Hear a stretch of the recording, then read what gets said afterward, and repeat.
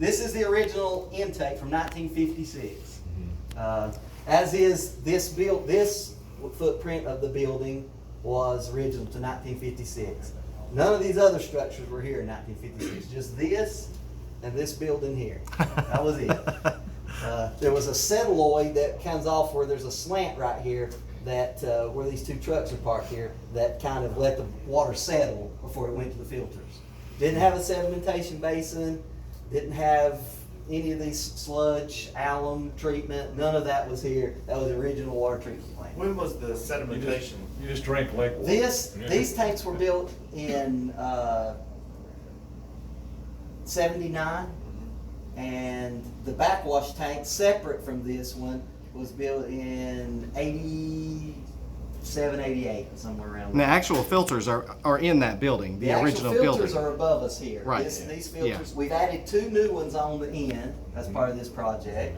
We've added these bulk tanks that were outside in the weather are now in a chemical storage building to there. We have a big structure right here called a mechanical pretreatment Acti flow system, which is basically a pretreatment before it goes into this flocculation sedimentation basin. Flocculation. Yep. You'll see that. When did we build the buildings down here? This was built and put online in 2011. Okay.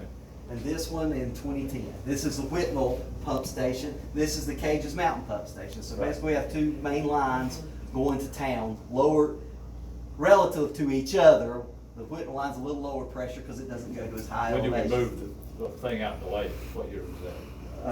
This is 2011. That was brought online in 2011. Okay. Yep. Yep. Yeah. When was this picture taken again? This was taken in about 2012. Okay, Yeah. Yeah. gotcha. So I have seen pictures of the campground along the lake edge yeah, right here. down here back in the day. It was a snack bar that sat Snack right here. It bar, sold hot dogs, and campground. hamburgers. Huh. This was a bigger beach. They kind of kept it a muddy beach. Was that here while the original water treatment plant was here, or? Yes, it Yeah. was. Okay. It was. Probably up till the 70s. At the They always city talk of about coming Lenore down the owned the road, land, you know. but they leased to put that there from the city back then, from my understanding. We've cleaned out this. This is the lagoon or basin where we can take the waste here, or when we have to clean this out twice a year, take it with big fire hoses and get all the sludge and the mud that we've settled out, and wash it to here. So that was part of cleaning this out, and there's just a little island of cattails in the middle, and all this is cleaned out. So a lot's been added. These are the clear wells where the finished water is stored before it's pumped to town. This one was built back in the 50s. They didn't have it at first, but then that was shortly the state made them have a place to store their water, so they'd have some on hand in case something happened, not just basically back then is they pumped it when they weren't treating, people didn't have water. Right. You know, so now we have storage out in the system between these clear wells and the tanks all around, which are 9 other tanks besides these. We have about 13.5 million gallons of storage if they're all full. How much in those clear wells down here? 6 million? This is a 2.5 million. 2.5 And million. this is a 2 million, this is a 0.5 million, so between 2 is 2.5 million gallons. How long were people without water while you were treating it? Before then, Yeah. I don't know. Just drinking Before out my of the day. lake. Yeah, God. You know, probably. But you would have it still was had the- water what they- tanks, what- right? My understanding originally when they did this, they didn't run 24/7 then. They shut down at night. So kind of in the middle of the night, Oh. You wouldn't have had any you wouldn't have any pressure. water. You wouldn't have any pressure. There'd still be water in the lines, Yeah. but you wouldn't have any pressure. The original tanks that were in town were Whitnall tank. Yeah. It's still there. We're still using it. And they don't make steel like that anymore. That tank is about 5/8 of solid steel. Wow. So thick. Now they're 3/16 or something maybe. Getting this lab upgraded. Jared knows a little bit about that. He was actually with McGill when we first started this. Seems like now 4 years ago, but I was just talking about it. yeah. As far as I saw from the design side, I want to see now. I gotta say, I love this tile. I know it's The green yeah. tile. Yeah, it's original. That's original in 1956. It's they call it the sanitary tile. Hospitals had it. Schools. So we added cabinets. All these cabinets are new. over there where Kenny's standing, you can see we have, throughout the whole process, we have taps and pumps that pull water so we can take samples through the whole process. This is the raw water in the lake. This is after it's come through the new MPT and heads to the set basin after alum is added. This is after it comes to the end of the set basin, the settled water. This is once it comes off the filters, and this is after all the finished chemicals are added and what actually goes into the system. So Which one can I take a drink of? I would suggest the Finish. But if you don't like any chemicals, you can take the filter. I drank some lake water on Sunday. Every hour. Right here, You know. you see on this clipboard. Mike won't spill his bottle. No, I got some. Yeah, there's a water fountain there, but that's the same water coming off that water fountain. Every hour we have to take tests. We have to run every one of these tests every hour. So somebody's here 24/7 running these tests, operators, or Mason McDonald's, our lab supervisor right now. And he's been here about 5 years. He's an app guy. So. We've got a good education. Anyway, and then we have other tests that we test weekly. We have to do bacteria testing daily. That's what this apparatus here is, and that's the incubator for that.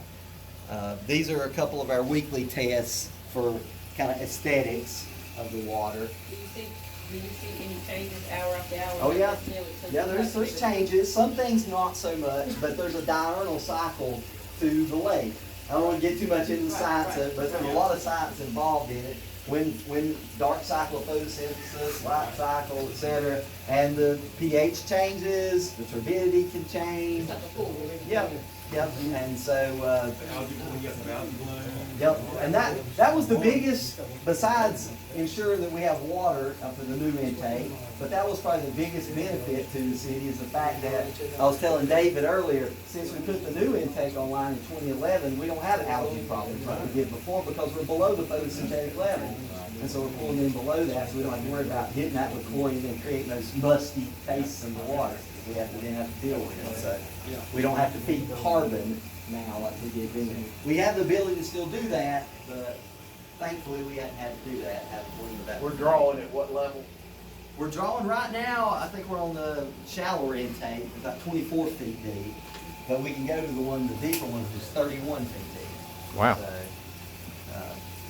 and right now it's at 98 feet, the lake level, which is about a little less than 2 feet below full pond, which is a lot different than it was this weekend when it was flowing over the dam at 101. And it was muddy, and like I was telling him, you could jump log to log all the way down the lake, and it looked like soup out there that was out of the tree. So, but it's come down now to about 22 turbidity units. It got up to about 80, so it's dropped about 4 times what it was. How far away from the dam?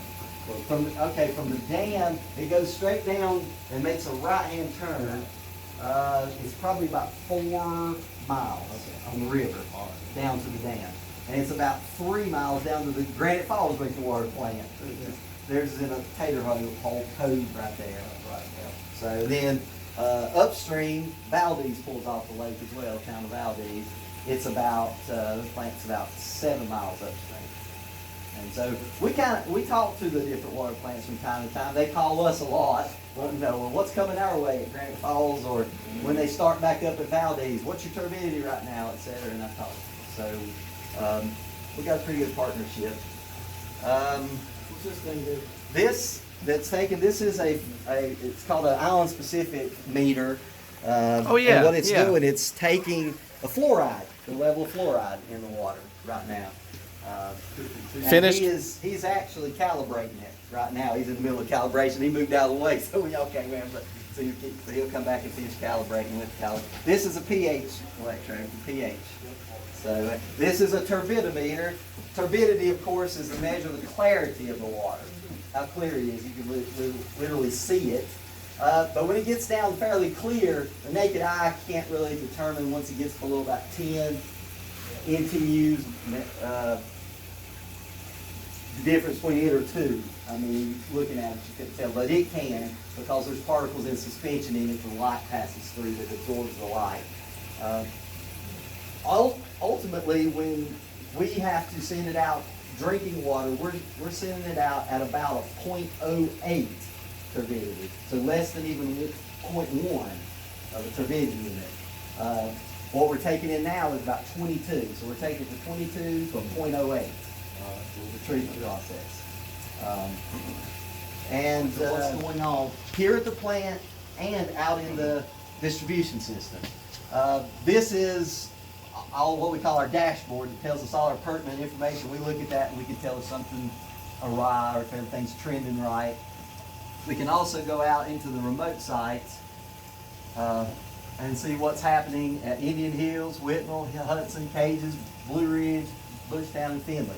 We can tell how much is in it. We can tell if there's a pump running, which pump is running. We can start and stop the pumps from here. Now that it's working, we had some issues where we used to in that gray box right there behind Scotland. That was a radio system. We had radios, but we switched since then, starting last September, switched to cellular system, where we're getting that data in cellularly, which is like this, instead of having to go from Highbright and relay to there, from there to here, which had a delay. Unfortunately, we're still has to come back through Wi-Fi to us to see what's going, but it communicates between the tank and the pumps with cellular, which is basically instantaneous. So there's been some, so we know what's going on and the key maintained before that. There are a lot of this guys that have pushed it all away from it. You know, obviously, it's just season for the health of it. And it is the most corrosive material that we have on site, which is hydrophorus plastic. And they usually come once a year. This is the first place it comes to. How many fish you get up here? Actually, when we cleaned this sucker out about last week, between when we got, because fish can't come through the screen, but eggs can. Eggs can, they'll have. And what happened when we're not feeding chemicals or this down, we had little bluegill minnows, about 1.5 inches, that there must have been 10,000 of them. Minnows? That hatched within a week and a half. In there. From eggs coming When in. we cleaned this out, there was about maybe 1.5 inches bluegill minnows. Tons of them. Yeah. Of course, when we cleaned it, if somebody wanted to stock their pond, we'd have given them. And this is the active flow building, right? This is called the active flow, yeah. And walk in here, this is the basement. This is where the water comes in. It splits in this pit right here. And these are the two lines, 30-inch lines, that feed basically 2 trains. So basically this is 2 treatment trains. But right now we're running half on each side. Just because we want to keep the flow. It introduces the alum with a polymer. A polymer is very similar to like Miralax that you use for like constipation. It's similar to that, but this has a charge to it. And what it does is it bonds with the alum, the coagulant, and forms a big particle called the flock. Have you heard what flock? That flock is all the mud and all the algae and any suspended microbes formed with the polymer. Super, super, super slick and sticky. If you ever touch it, it will. You can see that it goes a little bit everywhere. That's what's in that. If you put water on that, it will be like unbelievably slick. And this floor, that's why it's got sand in with the thing, because it gets slick. Just a few granules and water on the floor, and it's like skating. But what it does is it bonds the flock and the polymer with the sand, as you can see sand. It's a very specific pore-size sand. This is how we produce it. And what does sand do? Sand adds heft. So that it settles that flock particle that's in suspension, bonds to the sand, sucks it straight to the bottom. In this short little period from right here to the end of what that whole set basin does in a smaller footprint. This whole technology was developed where municipalities or industries had a very small footprint. All they had was a really small area and needed to treat the water, so then they came up with this technology to treat it in a short area. So what we've done is we've married that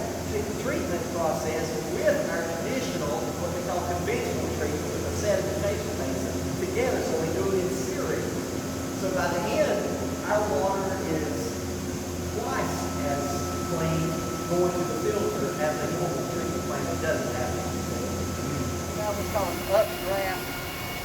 It's like a propeller. It's called an impeller because it does the opposite thing. And it's pulling all the sand up off the bottom that's in here. And underneath my feet right here is where that polymer that's down there is introduced. The alum is introduced in that pit down there.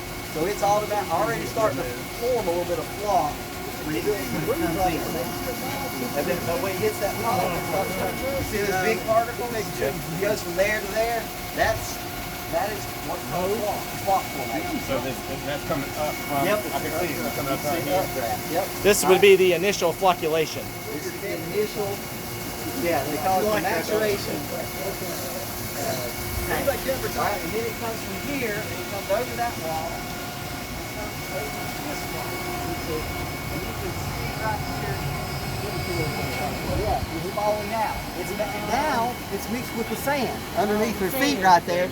The sand is mixed with the flock, which makes it heavy. So when it comes over that wall, it falls to the bottom. Yeah. It holds And it you can down. see the clarity of this water versus what's coming in right there. It's pretty washed to get. Yeah. So now normally we just put this on line yesterday.